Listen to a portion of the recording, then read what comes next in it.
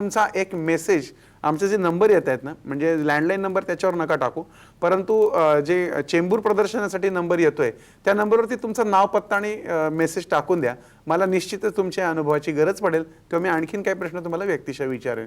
याशिवाय आता साम टीव्हीचे जे असंख्य लोक कार्यक्रम पाहत आहेत त्यातल्या कोणाला अशा पद्धतीची मृत्यूची अनुभूती किंवा त्यांच्या परिसरामध्ये अशा पद्धतीची अनुभूती जर तुम्ही घेतली असेल तर निश्चितच तुम्ही मला व्यक्तिशः कळवा. मी तुमच्याशी व्यक्तिशः या विषयावरती बोलेन, किंबहुना त्या ठिकाणी येऊन त्या व्यक्तीशी चर्चा करेन आणि त्या परिस्थितीची पाहणी देखील करेन. बरोबर सर, आपण मृत्यूविषयी इतकं बोलतोय, खरं तर ते न संपणार आहे, वेळही कमी आहे, मात्र मृत्यूनंतर 4 तास दे ना, मग 4 तास दे ना.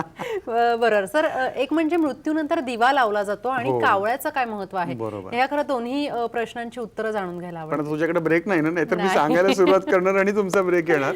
मुळामध्ये प्रत्येक धर्मामध्ये मृत्यूनंतर त्याला एक पाथ किंवा पथ दिला गेलेला आहे. असं म्हणतात की यमदूत येतात, ते तुम्हाला घेऊन जातात. आता त्यामागे सत्य असत्य तुम्ही आणि मी मेल्याशिवाय कळणार नाही आपल्याला. परंतु तो दिवा लावण्यामागे तथ्य एकच असतं की एक पीठ ठेवलं जातं. पीठ म्हणजे पीठ, बरोबर, कणिक म्हणतो आपण, करडं पीठ ठेवलं जातं आणि तिथं तो दिवा लावला जातो. गंमत अशी आहे की असं म्हणतात की ज्यावेळेस मृत्यू होतो त्यावेळेस त्या माणसाला यमलोकीचा मार्ग सुकर व्हावा आणि अंधार त्याला तो दिसू नये म्हणून तो दिवा लावण्याची संकल्पना आहे.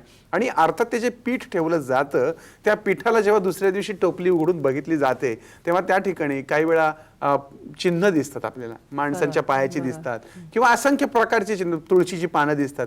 कित्येकदा मला असं वाटायचं की मुंग्या फिरत असतील म्हणून आकार होत असेल, पण असं नाहीये. मी माझ्या डोळ्यांनी कितीतरी ठिकाणं पाहिली आहेत ती पीठावरची. मी आवर्जून कोणी गेलं की जाऊन पाहतो तर काही ठिकाणी असे पाय उठलेले असतात आणि अगदी स्पष्टपणाने ते दिसतात. त्याच्यामुळे मला असं वाटतं की ह्या असंख्य गोष्टींमुळे पुनर्जन्म असा. राहिला प्रश्न कावळ्याचा. कावळा बघितलं तुम्ही अत्यंत घाणेरडा पक्षी म्हणून आपण गणला जातो. कुठेतरी तो चोचीने घाण खात असतो, कुठेतरी जनावरं फाडत असतो. परंतु कावळ्याकडे उपेक्षेनेच का बघता तुम्ही? कावळ्याचा चांगुलपणा बघितलं का? एखादा कावळा संकटात असू द्या, असंख्य कावळे तो बोलवून घेतो.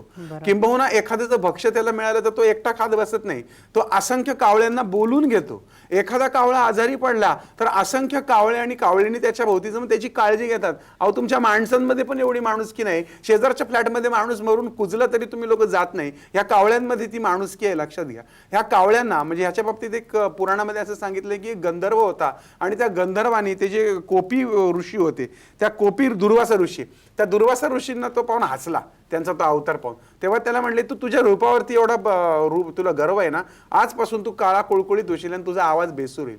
त्या दिवसापासून त्या गंधर्वाने कावळ्याचं रूप घेतलं. आता गंमत अशी झाली की त्याचा उशाप म्हणून ज्या दिवशी तुला लक्ष्मी स्पर्श करेल त्या दिवशी तुझं भलं होईल. आता हे झालं. त्याच्यानंतर जेव्हा रामसीतेचा जो अवतार होता त्यामध्ये ह्या कावळ्यांनी प्रयत्न केला, म्हणजे गंधर्वांनी, की बा आपल्याला उशाप मिळावा, आणि तो सीतेला शिवायला गेला.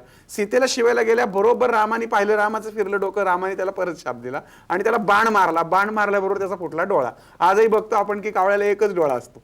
आणि मग त्यावेळेस तो त्यांनी सांगितली त्याची, जेव्हा रुदन सांगितलं, त्रास्ती सांगितली, तेव्हा त्यांनी रामाने त्याला असं सांगितलं की आजपासून तुझ्या एका डोळ्यामध्ये पितृलोकांची पाहण्याची ताकद निर्माण होईल.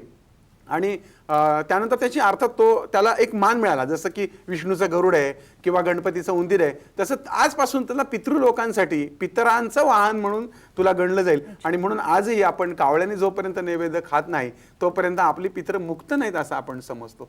निश्चितच यामागं आपल्या जे पूर्वज होते त्यांना बारीक सारीक पक्ष्यांचा सुद्धा विचार, म्हणजे आपण आपल्या धर्माचा विचार केला तर अगदी डुकराला सुद्धा आपण देवत्व दिले, त्याला आपण वराह रूप मानतो. म्हणजे आपल्याकडे ही संकल्पना आहे की अगदी किड्यामुंगीपासून प्रत्येकाला आपण देवत्व देतो. प्रत्येक आत्म्यामध्ये परमेश्वर लपलेला आहे, त्यातलाच हा काहीसा भाग आहे. त्यामुळे पशु पक्षी आणि तो काळा कावळा घाणेरडा आहे म्हणून त्याच्याकडे दुर्लक्ष करण्याऐवजी पितरांच्या नावाने त्याला दानधर्म करणं आणि खाऊ घालणं हाही कदाचित. तुला सांगतो, माझं कावळा दशपिंड नावाचं एक पुस्तक आहे. अर्थातच ही पुस्तकं लोक का घेत नाही मला कळत नाही. माझं यम नावाचं पुस्तक आहे, तेही लोक घेत नाहीत. आता आनंदी मृत्यू पुस्तक येईल, तेही लोक घेणार नाही मला माहिती आहे. परंतु तुम्ही ही पुस्तकं जरूर संग्रही ठेवा. मी म्हणतो की या संकल्पना आहे ती विज्ञान, ठीक आहे, विज्ञान नंतर विचार करू, पण धर्म आपल्याला काय सांगतो किमान यातनं तुम्हाला हे जरी कळलं की बा आपण आताचं जीवन आनंदाने जगलं पाहिजे. उद्याचा दिवस आपल्याला माहित नाही. भूकंपाच्या आधी 2 मिनिटं लोकांना माहिती होतं की आपल्या जीवाचं काय होणार आहे. एका क्षणात बेचिराग होऊन गेलं. त्यापूर्वी आपण किती हेवेदावे तिथले म्हणजे एकमेकांच्या बाबतीत जपले असतात, किंवा आपण किती एकमेकांवरती वाईट वाईट बोलतो, संशय घेतो, जळतो, अशा असंख्य प्रवृत्ती आपण आपल्यामध्ये बळवतो आणि 1 मिनिटात सगळं संपतं. याला स्मशान वैराग्य म्हणतात.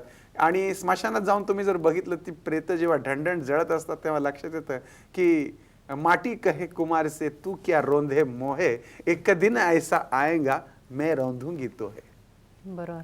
खरं तर आता सर तुम्ही म्हणालात की ज्या वेळेला आपण अग्नी देतो, ज्या वेळेला खरं तर ज्या सगळ्या क्रिया होतात सगळ्या, तर सामूहिक ज्या वेळेला अग्नी दिला जातो, जसं आता नेपाळमध्ये घडतंय की खूप दुर्दैवी अशी खरं तर ही घटना घडली की 5,000च्या वर खरं तर आकडा गेलाय. कोणाचं कोण कुठे काय खरंच ठाऊक नाही. अनेक जण खाली दडले गेलेत व इतकं विचित्र सगळं झालंय. त्याच्यामुळे कुठेतरी सामूहिक अग्नी दिला जातोय.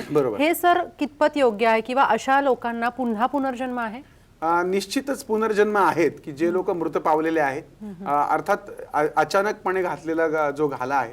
काही लोक लगेच तर काही गेले नसतील. काही लोकांच्या जेव्हा ती दबली असतील तेव्हा प्राण जायला थोडा वेळ गेला असेल. त्या दरम्यान त्यांच्या मनात असंख्य गोष्टी आल्या असतील. आजही आपण असं बघतो की काही लोक पाण्याला घाबरतात. आजही असं आपण पाहतो की काही लोक हिमकड्याला किंवा डोंगराला घाबरतात. ह्या सगळ्या पूर्वजन्मीनुसार घडलेल्या घटना असतात आणि आत्म्यावरती ते संस्कार होतात. मला सांग, लहान बाळ असतं अगदी नुकतंच जन्माला आलं आणि त्या बाळा आपण टाळी वाजवली की त्याचं दचकतं. का बरं दचकतं? कारण त्याला भीती वाटते. कशाची भीती वाटते? एवढ्याच्या लहान बाळाला काही कळत नाही, 4 दिवसाच्या बाळाला, तरी त्याला भीती वाटते. याचा अर्थ त्यांनी मागच्या जन्मामध्ये मृत्यूचा घेतलेला अनुभव आणि त्याला वाटतं की पचाच मृत्यूचा आपल्याला अनुभव येण्याची शक्यता आहे आणि म्हणून ते बाळ घाबरतं. 5 दिवसाच्या बाळाला टाळी मारल्याचं काही कळत नसलं तरी ते दचकतं. त्यामागं कारण आहे, कारण त्याने मागच्या जन्मामध्ये मृत्यूचा अनुभव घेतलेला असतो. बऱ्याच लोकांना तत्काळ त्यांचा पुनर्जन्म आठवण्यामागचं कारण एक असतं, ते म्हणजे मृत्यूनंतर त्यांच्या वासनामध्ये आपण तो विशेष राहून गेला. जे सप्तलोक आहेत, मनोमय कोश आहे, जडदेह कोश आहे, प्राणमय कोश आहे. सुप्रिया, हा विषय एवढा गहन आहे, आपल्याला किमान 200-300 तास पाहिजे त्या विषयावर बोलायला. आणि अर्थातच ह्या वेगवेगळ्या देहांमधून माणूस जातो. चला, हरकत नाही, आता ब्रेकची वेळ झालेली आहे, त्यामुळे थांबावं लागणार.